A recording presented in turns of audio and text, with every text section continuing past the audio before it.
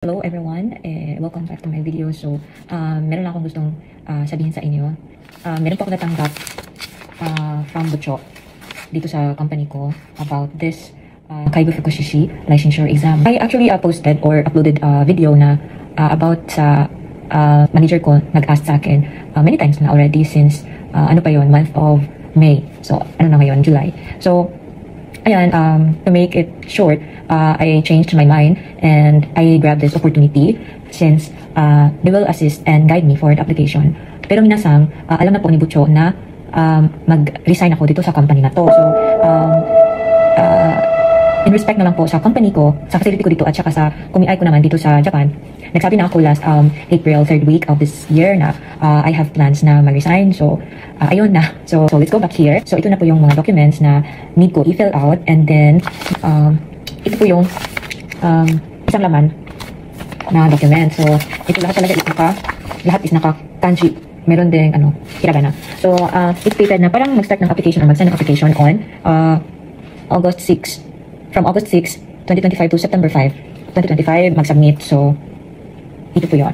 And sinabihan ako ng manager kanina na to fill it out, nag-give siya sa akin ng instructions na dapat ang gamitin to fill out this form is Inkitsu or pencil ang gagamitin ko. And then, sabi niya sa akin na yung nilagyan niya ng mark is fill outan ko daw yung sabi niya. And then, kasi guys, bara-bara lang talaga yung Nihongo ko, pero I don't know why the manager insisted to, I'll try my best to be positive. So, ito din po yun guys.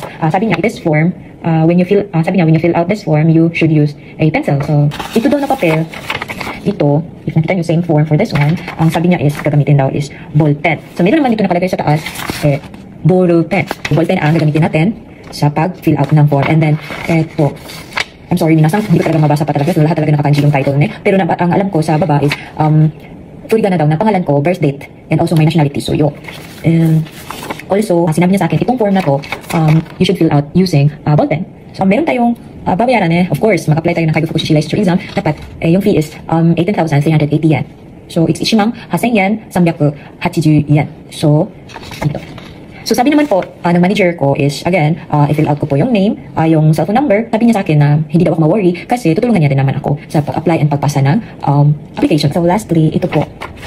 Ito na form, itong papel na to is, Dai 38回 Kaigo Fukushishi Kupashiken, Jukin Tesuryo, Furikomi na slip. So, meaning, ito daw po yung, payment slip.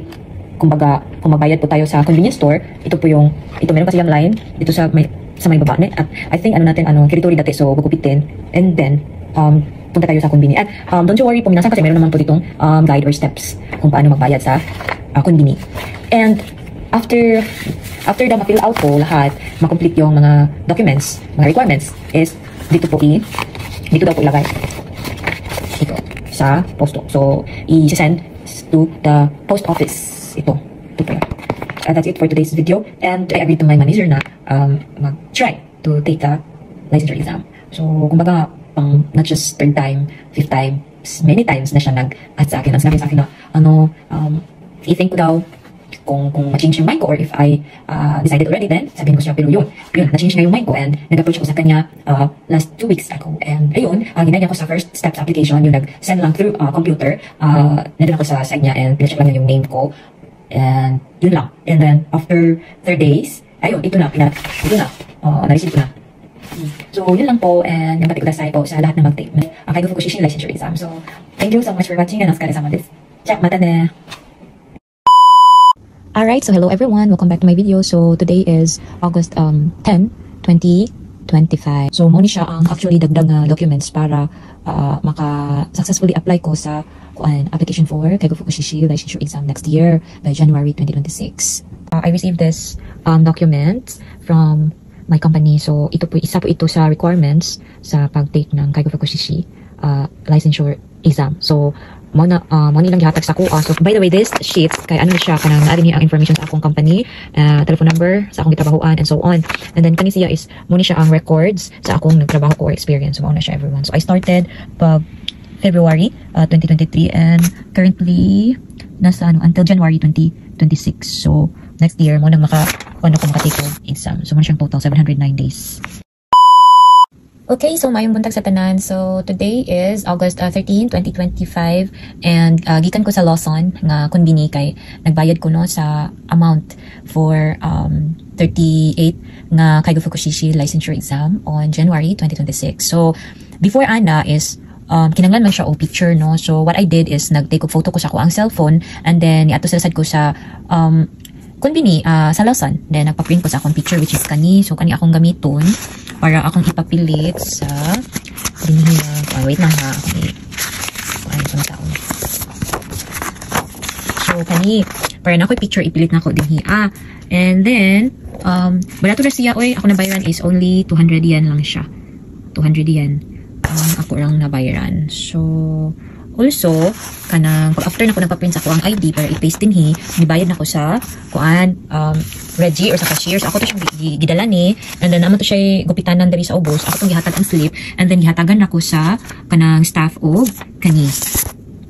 So kani siya. And dapat na ni siya tataksa from convenience store nga kung asa ka nagbayad. Kung nabayaran is kuan siya 18,600 yen kay dala sa tisuryo or sa kanang service charge sa convenience store. So supposedly mura ni siyang amount sa Kaigo Fukushi exam and then naman siya bayad additional charge from the convenience. So what we call that convenience fee. So mo to siyang ichimang haseng yen rupya ko yen. So mura to siya kuna hinumduman. Okay, so lastly is katong receipt na atong na-receive from the convenience staff ato na siyang kanang paste diri So ato na siyang ipapilit and dili siya pwede itong resibo from Lawson ibutang diri and bawal sa siya photocopy, so it should be the original. So malang na siya for today's video and thank you so much for watching. Mata na. Alright, so since complete naman ang ato ang mga documents no sa pag-apply sa Kaigo Fukushishi licensure exam on January 2026, pwede na nako ni i-send via post office. So but before ni nako i-send or i-submit sa post office is ako na siyang butangan kana fill up na ako ng kunin address and my name. So that's it for today's video and I hope it helps and to those na mag-take ng Kaigo Fukushishi licensure exam, gambari masyo.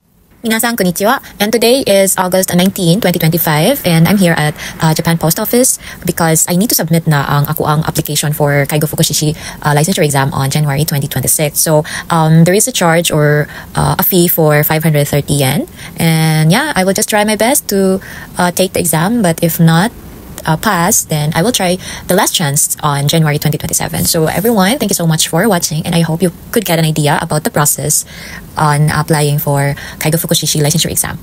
And yeah, that's it for today's video and thank you so much for watching. See you on my next upload. Mata ne. Otsukare-sama desu. こちらが書き込みの機械ですね。はい、わかりました。ありがとうございました。